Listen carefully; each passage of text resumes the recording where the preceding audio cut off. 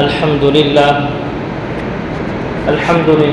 نحمده ونستعينه ونستغفره ونعوذ بالله من شرور أنفسنا ومن سيئات أعمالنا من يهد الله فلا مضل له ومن يضلل فلا هادي له ونشهد أن لا إله إلا الله وحده لا شريك له ونشهد أن محمدا عبد الله ورسوله أما بعد فقد قال الله تعالى في محكم التنزيل فأعوذ بالله من الشيطان الرجيم بسم الله الرحمن الرحيم يا أيها الذين آمنوا لا تخونوا الله والرسول وتخونوا أماناتكم وأنتم تعلمون صدق الله العظيم وقال نبينا عليه الصلاة والسلام يتبع المؤمن على الخلال كلها إلا الخيانة والكذب أو كما قال صلى الله عليه وسلم.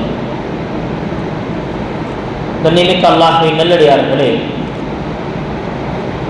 இஸ்லாமிய புழக்க வார்த்தைகள் அப்படின்னு நிறைய வார்த்தைகள் இருக்கு.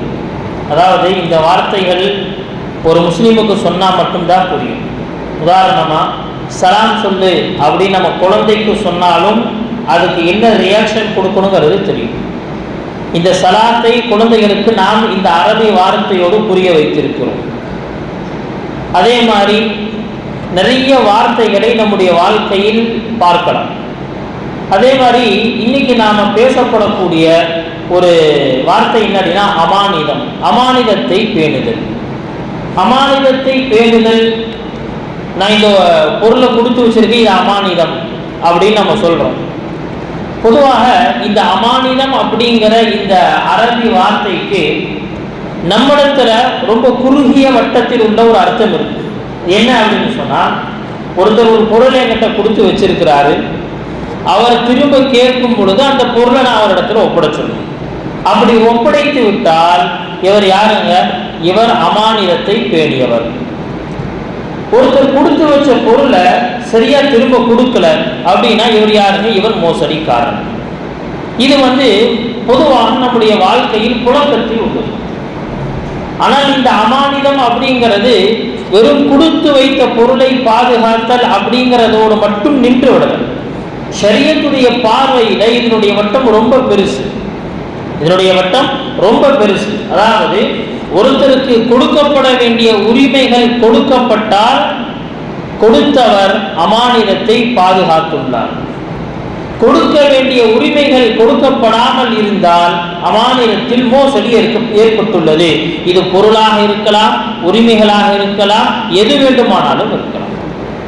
கண்ணியமிக்க அல்லாஹ்வின் நல்லடியார்களே, அல்லாஹ் தஆலா குர்ஆன்ல இப்படி சொல்லுவான், யா அய்யுஹல்லதீன ஆமனு, ஓ ஈமான் கொண்ட விசுவாசிகளே, லா தஃபூனுல்லாஹ வர் ரசூல், நீங்கள் அல்லாஹ்வுக்கும் அல்லாஹ்வுடைய ரசூலுக்கும் துரோகம் செஞ்சிராதீங்க.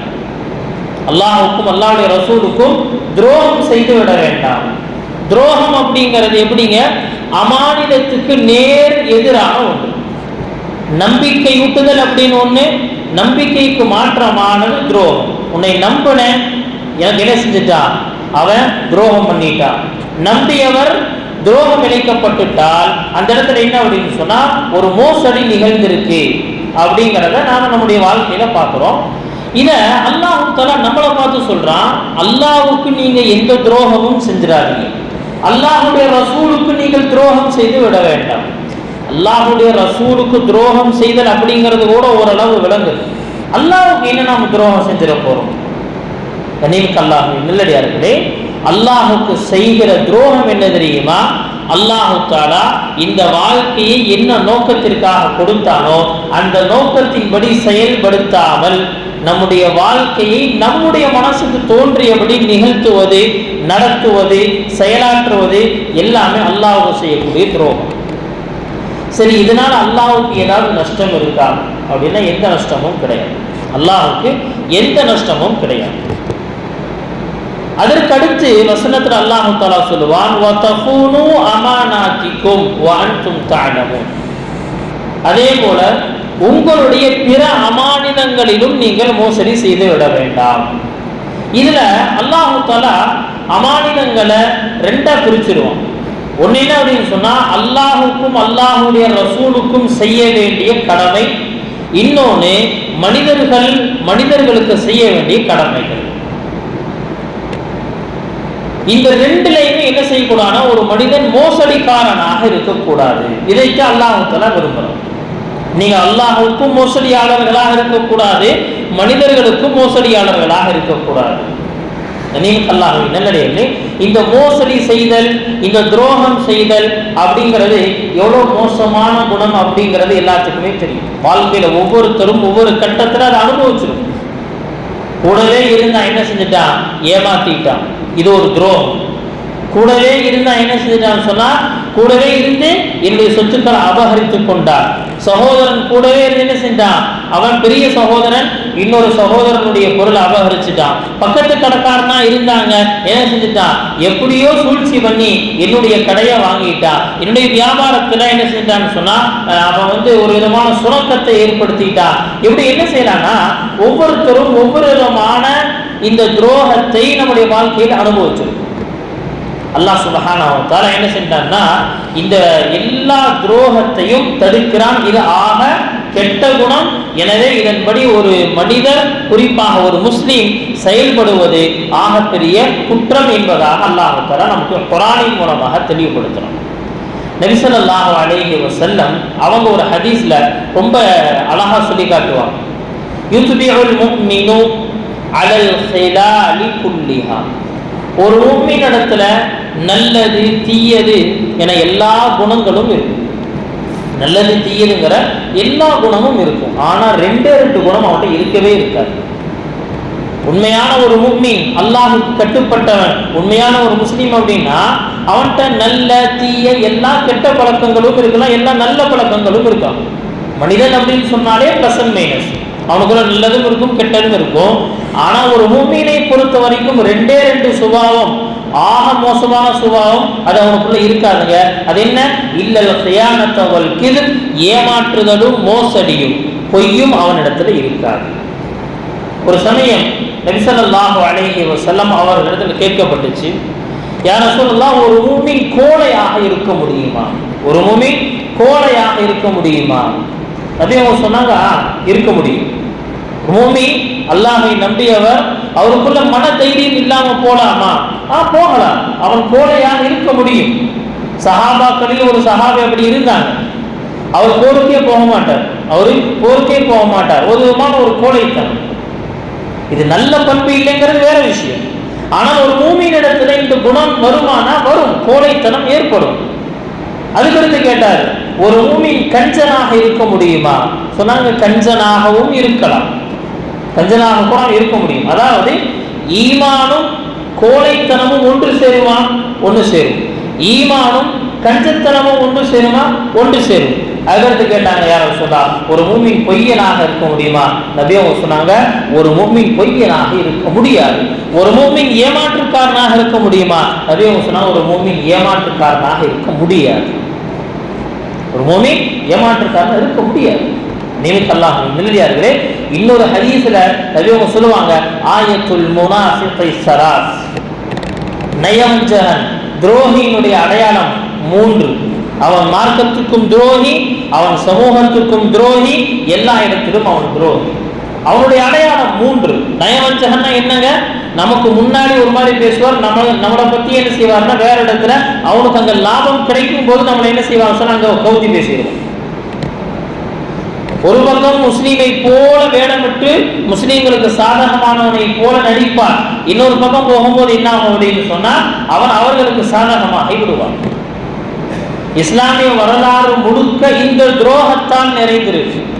முஸ்லிம்களை, முஸ்லீம் அரசர்களை நேருக்கு நேர் நின்று என்ன செஞ்சது கிடையாதுன்னா யாரும் ஜெயித்தவர்கள் கிடையாது. எப்ப அவர்கள் துரோகத்திற்கு உள்ளாக்கப்பட்டார்களோ அங்குதான் அவர்கள் அழிந்தார்கள், அங்குதான் அவர்கள் தோற்று போனார்கள். நபி அவங்க சொன்னாங்க, அந்த துரோகியினுடைய அடையாளம் 3. இதா ஹத்தஸ கதிப், அவன் பேசினால் பொய் பேசுவான். நம்புற மாதிரி பொய் பேசுவான். நம்புற மாதிரி பொய். பொய்னா எப்படிங்க?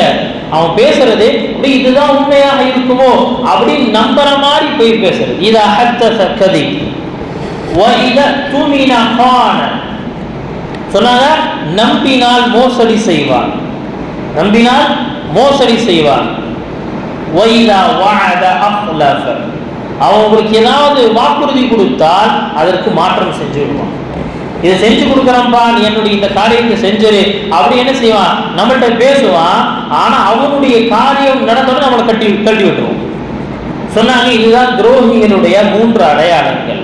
பேசினால் பொய் பேசுவான், நம்பினால் மோசடி செய்வான், வாக்குறுதி கொடுத்தால் அதற்கு மாறு செய்வான். அல்லாஹ்வின் நல்லடியார்களே, இந்த இடத்துல ஒவ்வொருத்தரும் நாம் நம்ம யோசிச்சு பார்க்கணும், இந்த செயல்கள் என்னிடத்துல இருக்கா, இந்த செயல்கள் என்னிடத்துல இருந்துச்சுன்னா மாற்றிக்கொள்ளணும். இல்லை என்று சொன்னால் என்னுடைய வாழ்க்கையில் எது குடிகொள்ளாமல் பார்த்துக் கொள்ள வேண்டும். இந்த எந்த தன்மையும் விடக்கூடாது. நபியவங்க அதாவது இந்த 3 அடையாளத்துல நாம பேசக்கூடியது என்ன அப்படின்னு சொன்னா, நம்பினால் மோசடி செய்வான் அப்படிங்கிறது இருக்கு. இந்த குணத்தை பற்றி தான் இன்னைக்கு பேசணும். அதே போல நபியவங்க இன்னொரு ஹதீஸ் சொல்லுவாங்க, லா ஈமான லிமன் லா அமானத லஹு. யாரிடத்தில் அமானிதத்தை பாதுகாக்கக்கூடிய அந்த தன்மை இல்லையோ அவன்கிட்ட ஈமானே இல்லை, அவன்கிட்ட ஈமானே இல்லை. அல்லாஹ்வின் நல்லடியார்களே, இப்படி நபி ஸல்லல்லாஹு அலைஹி வஸல்லம் அவர்கள் துரோகத்தை கண்டித்து நிறைய விஷயங்களை, நிறைய ஹதீஸ்களை சொல்லி இருக்கிறார். அல்லாஹ் தஆலா ஆரம்பத்தில் ஓதுன மாதிரி அந்த குர்ஆனுடைய வசனத்துல முதல்ல சொல்றது என்ன, அல்லாஹ்வுக்கும் அல்லாஹ்வுடைய ரசூலுக்கும் துரோகம் செஞ்சிராதீங்க, அதே போல மற்றவர்களுக்கும் துரோகம் செய்து விடாதீர்கள். அல்லாஹ் தஆலா என்ன செஞ்சான், தன்னையும் அதை சேர்த்திட்டா மற்றவர்களையும் சேர்த்திட்டா. மனிதர்களுக்கு துரோகம் செய்தால் மனிதன் நஷ்டம் அடைஞ்சு போகலாம், ஆனால் அல்லாஹ்வுக்கு துரோகம் செய்வதால அல்லாஹ்வுக்கு எந்த நஷ்டமும் கிடையாது, அல்லாஹ்வுக்கு எந்த நஷ்டமும் கிடையாது. பாருங்க, படைப்பினங்களுடைய இந்த துரோகத்திற்கு முன்பாக அல்லாஹ்வுக்கு துரோகம் செய்யாமல் வாழ்ந்தது எப்படி அப்படிங்கிறத என்ன செய்யணும் சொன்னா, முதல்ல நாம விளங்கிக் கொள்ளணும். அல்லாஹ் சுப்ஹானஹு வ தஆலா என்ன செய்யறான்னு சொன்னா, படைப்புகள் எல்லாத்தையும் படைத்து அந்த படைப்பினங்களிடத்துல ஒரு நாள் என்ன செய்யறான்னு சொன்னா, ஒரு கேள்வியை கேட்கணும். என்ன, ஒவ்வொரு படைப்பினத்துல மலைகளிடத்துல அல்லாஹ் கேட்கிறான், அதே போல வானத்திடத்தில் அல்லாஹ் கேட்டான், பூமி இடத்துல கேட்டான். என்ன கேட்டான், அந்த வானத்திற்கும் பூமியையும் அல்லாஹ் கேட்டது, எனக்கு முழுமையாக கட்டுப்பட்டு வாழ்வையா அப்படின்னு கேட்டான். எனக்கு முழுசா கட்டுப்பட்டு நீ வாழ்வையா அப்படின்னு சொல்லி அல்லாஹ் கேட்டானா, இது உண்மையில என்ன செய்யறேன், நான் பொறுப்பாக சுமத்துகிறேன், இதை என்ன செய்யறேன், உண்மையில நான் கடமையாக்குகிறேன், இதை நீ ஏற்றுக்கிறையா, இந்த கடமையை நீ நிறைவேற்றினால் உனக்கு சில பரிசுகள் கிடைக்கும், இந்த கடமையை புறக்கணித்தால் உனக்கு தண்டனைகள் இருக்கும் அப்படின்னு சொன்னா, மலைகள் மறுத்தது, வானங்கள் மறுத்தது, பூமி மறுத்தது, எல்லாம் மறுத்துச்சு. யா அல்லாஹ், இது என் மேல பொறுப்பா சுமத்திறார்.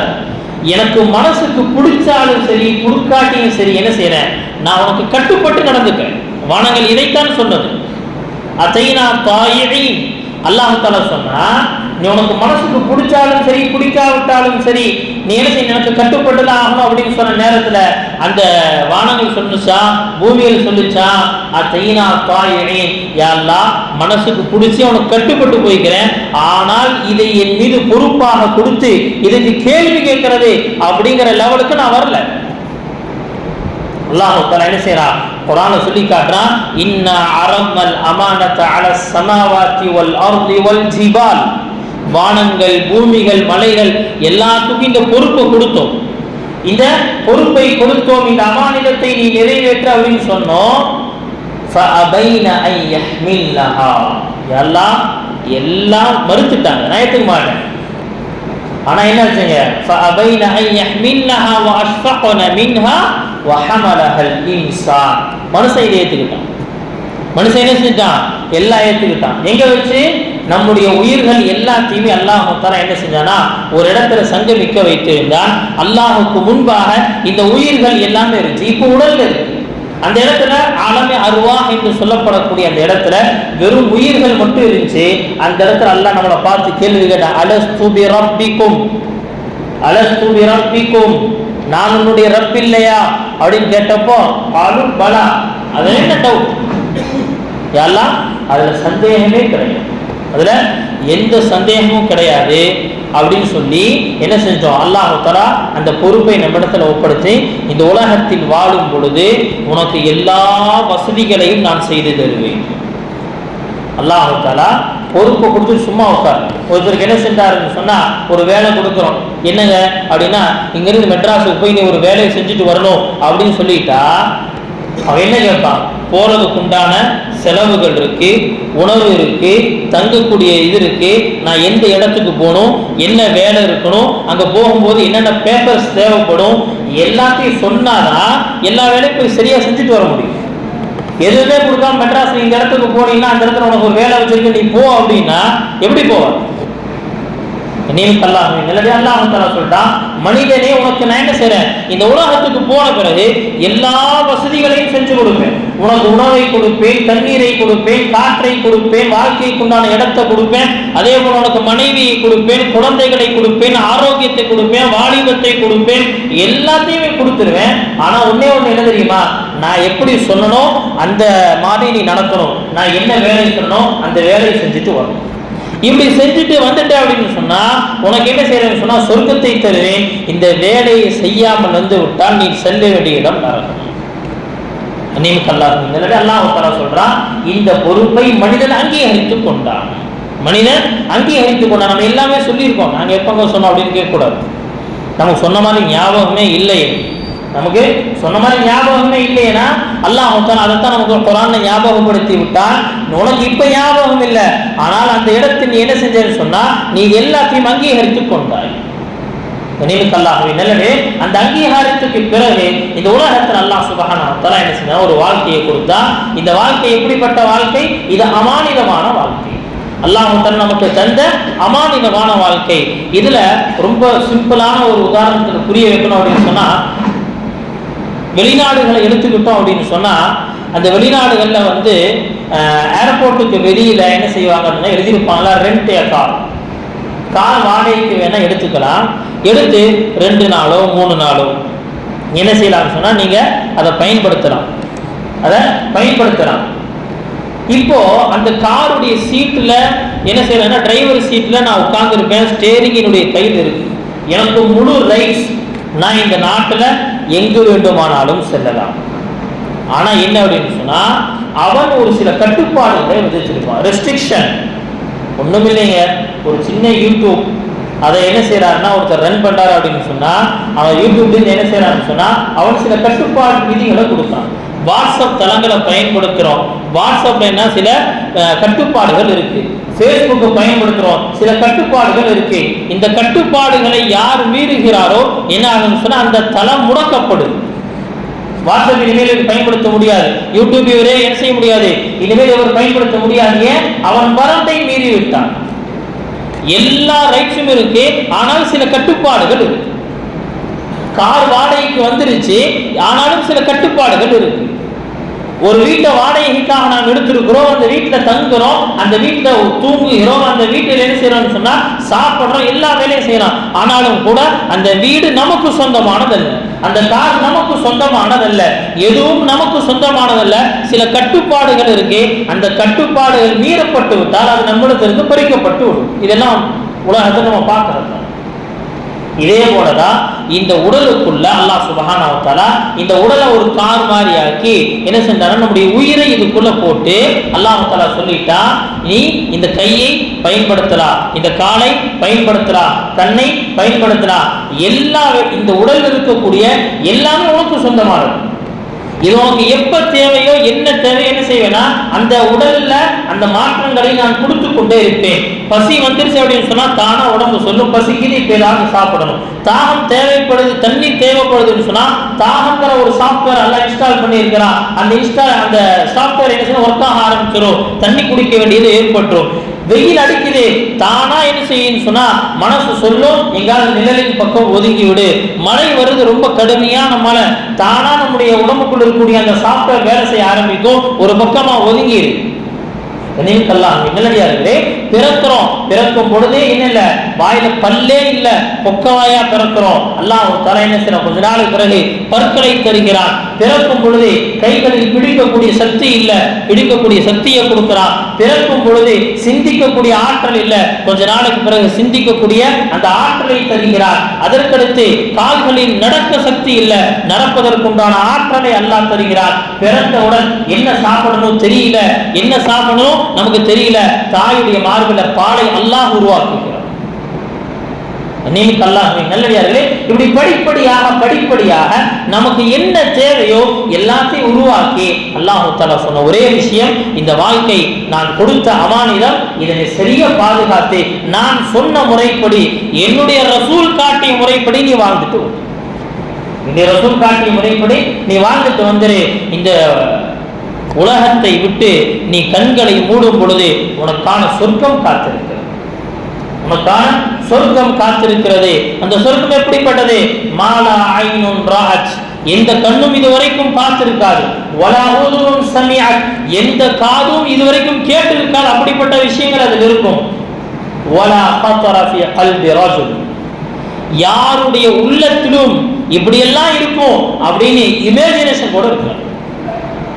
பாருங்க, ஒண்ணு கற்பனை உலகம் அப்படின்றது தெரியுமா? கற்பனை உலகத்தில் எப்படி வேணாலும் இருக்கு.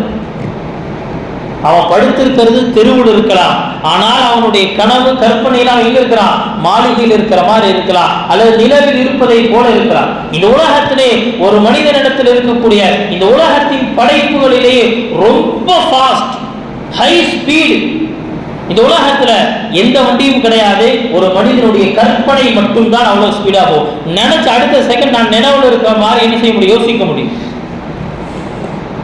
அடுத்த செகண்ட் நான் ஏதோ ஒரு நாட்டில் இருப்பதை போல யோசிக்க முடியும். அடுத்த செகண்ட் நான் மதீனாவில் இருப்பதை போல யோசிக்க முடியும். நான் அங்கே என்ன இருப்பதாக உணர முடியும்.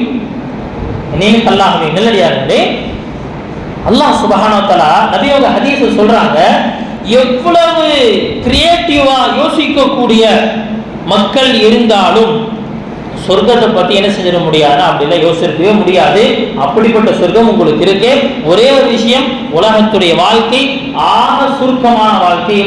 எப்படி வாழ்ந்துட்டு வாங்க, நான் சொன்ன முறைப்படி வாழ்ந்துட்டு வந்துருக்கேன். அப்படி இல்லை, நல்லடியார்களே, இதனுடைய ரியாக்ஷனும் இருக்கு. உலகத்தை பொறுத்த வரைக்கும் ஒவ்வொரு ஆக்ஷனுக்கும் ஒரு ரியாக்ஷன் இருக்கு. ஏதாவது ஒன்று செய்கிறோம் அப்படின்னு சொன்னா அதற்கு அதனுடைய விளைவாக நடக்கும். சுவிட்சை போட்டா ஃபேன் சுத்தும். பால் என்ன செய்யறோம், செவுத்துல அடிக்கணும், அது ரிட்டர்ன் வரும். அடிச்ச பால் ரிட்டர்ன் வரக்கூடாது அப்படிங்கிறது இல்லை, அதை மாதிரி செட் பண்ணால் அப்படிதான். ஆனால் உலகத்தில் எல்லா விதமான செயலுக்கும் ஒரு எதிர் செயல் அல்லது அடுத்த செயல் ஒன்று நிகழ்ந்து தீரும். நல்லடியார்களே, அல்லாஹ் சுப்ஹானஹு வ தஆலா இந்த உலகத்துடைய வாழ்க்கையில எல்லா நிஅமத்துகளையும் கொடுத்து எல்லாத்தையும் கொடுத்துட்டு அதில் என்ன செஞ்சிட்டோம், மோசடியாக வாழ்ந்து இப்போ நாளைக்கு கியாமத்துடைய நாள்ல மனிதன் வர்றான் அப்படின்னு சொன்னா அல்லாஹ் சுப்ஹானஹு வ தஆலா என்னங்க செய்யறான், சும்மும் புக்முன் உம்யுன், அல்லாஹ் தஆலா என்ன செய்யறான், கியாமத்துடைய நாள்ல அவன் வந்து நிக்கும்போது எப்படி தெரியுமா நிற்பான், அவனுடைய கண்கள் குருடாக இருக்கக்கூடிய நிலையில் இருப்பான், காதுகள் கேட்காத நிலையில் இருப்பான், நாவுகள் பேச முடியாத நிலையில இருப்பான். கண்ணு குருடாயிருச்சு. வமன் அஅரத அன் ذிக்ரி ஃபஇன்ன லஹு மஈஷத்தன் தன்கா வநஹ்ஷுருஹு யௌமல் கியாமத்தி அஅமா. உலகத்துல அல்லாஹ்வை புறக்கணித்து வாழ்ந்தவன் நாளை கியாமத்துடைய நாள்ல குருடாக எழுப்பப்படுவான். அவன் சொல்லுவான், யா அல்லாஹ், இந்த உலகத்துல நான் கண்களை கொண்டு பார்த்து கொண்டு இருந்தேனே, கண்ணை வச்சு எல்லாம் பார்த்துட்டு இருந்தேன், இங்கேயே நான் குருடாக ஆகினேன். அல்லாஹ் தஆலா சொல்லுவான், என்னுடைய கட்டளைகள் உனக்கு முன்பாக வந்துச்சு, நீ அதை புறக்கணித்தாய், உனக்கு கண்ணு கொடுத்தேன், நீ அதை பார்க்கல, அதை புறக்கணித்தாய், ஆகவே இங்கு குருடனாக ஆகிவிட்டாய். எதை பார்க்கணுமோ அதை பார்க்கல, எதை பார்க்க கூடாதோ அதை பார்த்தாய், எனவே கண்கள் குருடு. இப்படி ஒவ்வொரு விஷயமும் அல்லாஹ் குர்ஆன்ல சொல்லி காட்டுவான். இந்த உலகத்துல அல்லாஹ் தஆலா தந்திருக்கக்கூடிய ரிஸ்க் அப்படிங்கிற ஒரு நிஅமத், இதுல அல்லாஹ் தஆலா என்ன சொன்னா, ஹலால சம்பாதித்து சாப்பிடுன்னு சொன்னா, வேற எதுவும் சொல்லல. ஹலாலான முறையில் சம்பாதித்து அடுத்தவர்களை ஏமாற்றாமல், பொய் சொல்லாமல், பிறருக்கு துன்பம் தராமல் நீ நல்ல முறையில் உணவு என்ன செய், சம்பாதித்து சாப்பிடு அப்படின்னு சொன்னா என்ன செஞ்சாரு, சூதாட்டத்தால சம்பாதித்தார். ரம்மி சர்க்கிள்ல சம்பாதிக்கிறார், லூடோல சம்பாதிக்கிறார், இன்னைக்கு இருக்கக்கூடிய ஹராமான இடத்துல என்ன செய்யறார், தன்னுடைய ஷேர்களை போட்டு சம்பாதிக்கிறார், வீட்டில் உட்கார்ந்து என்ன செய்யறாரு, ஆடுகளை பார்த்து விளம்பரங்களை பார்த்து சம்பாதிக்கிறார். இப்படி நிறைய சம்பாத்தியங்கள் என்ன செய்யறாருன்னு சொன்னா ஹராமான வழியில சம்பாதிக்கிறார், பேங்கின் மூலமாக சம்பாதிக்கிறார். எல்லாம் என்னங்க ஹராம்ல சம்பாதிச்சு நாளைக்கு கியாமத்துடைய நாள் அல்லாஹ்ட்ட வர்றாரு. அல்லாஹ் தஆலா இவர் என்ன செய்யறார், நேரா நரகத்தில் உட்கார வச்சுட்டா நரகத்துக்குள்ள போன பிறகு கடுமையான பசி ஏற்படுது, நரகவாசிகளுக்கு பசி ஏற்படுது, சாப்பாடு வேணும் சாப்பாடு வேணும் கதறாரு. நரகத்துடைய ஒரு உணவு தரப்படுது. இன்ன ஷஜரத ஸக்கூம் தஆமுல் அஸீம், ஸக்கூம் அப்படிங்கிற மரம் அவருக்கு உணவாக தரப்படும். அந்த மரம் எப்படி இருக்கும், எல்லா பக்கமும் முற்கள் நிறைந்ததாக. நமக்கு புரிகிற மாதிரி சொல்றதா ஒரு கள்ளி செடி, சப்பாத்தி களி நம்ம எல்லாம் பார்த்துருப்போம். என்ன செய்வாங்க, ஒட்டகம் எப்படி சாப்பிடுது அப்படி என்ன செய்யறாங்கன்னு சொன்னா அதை வச்சு வீடியோ போட்டுட்டு இருக்கிறார்.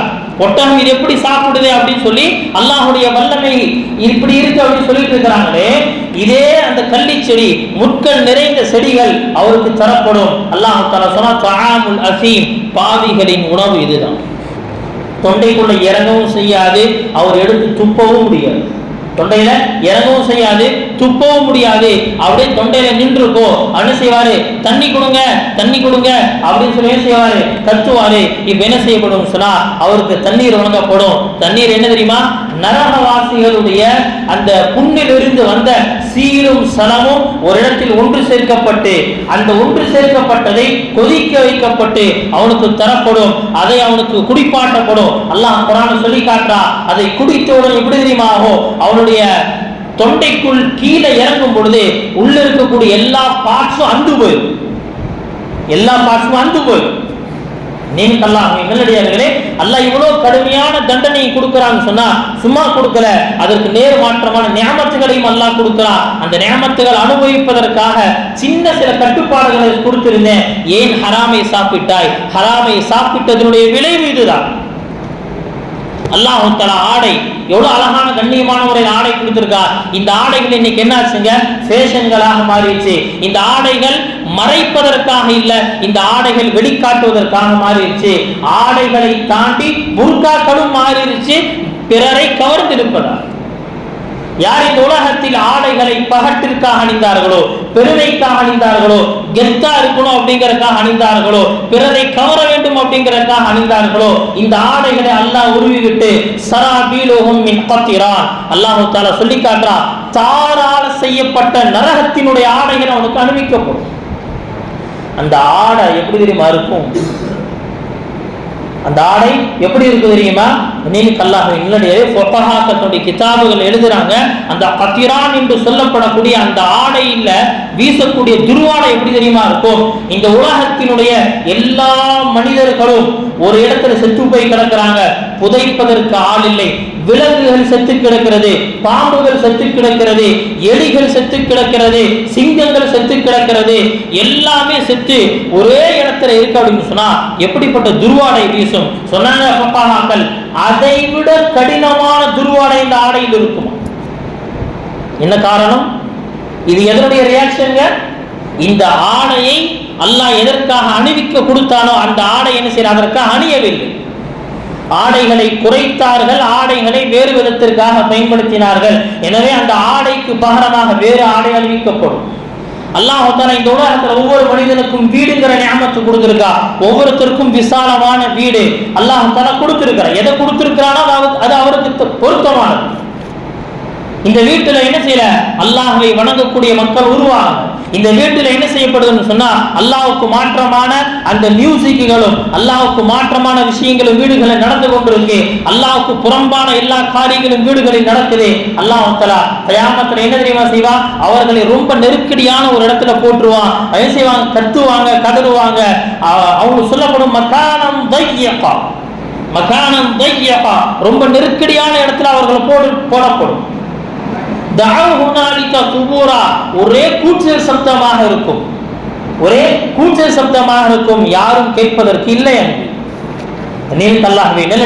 அல்லாஹ் தஆலா கொடுத்த ஒவ்வொரு நியமத்தும் அமானிதம்.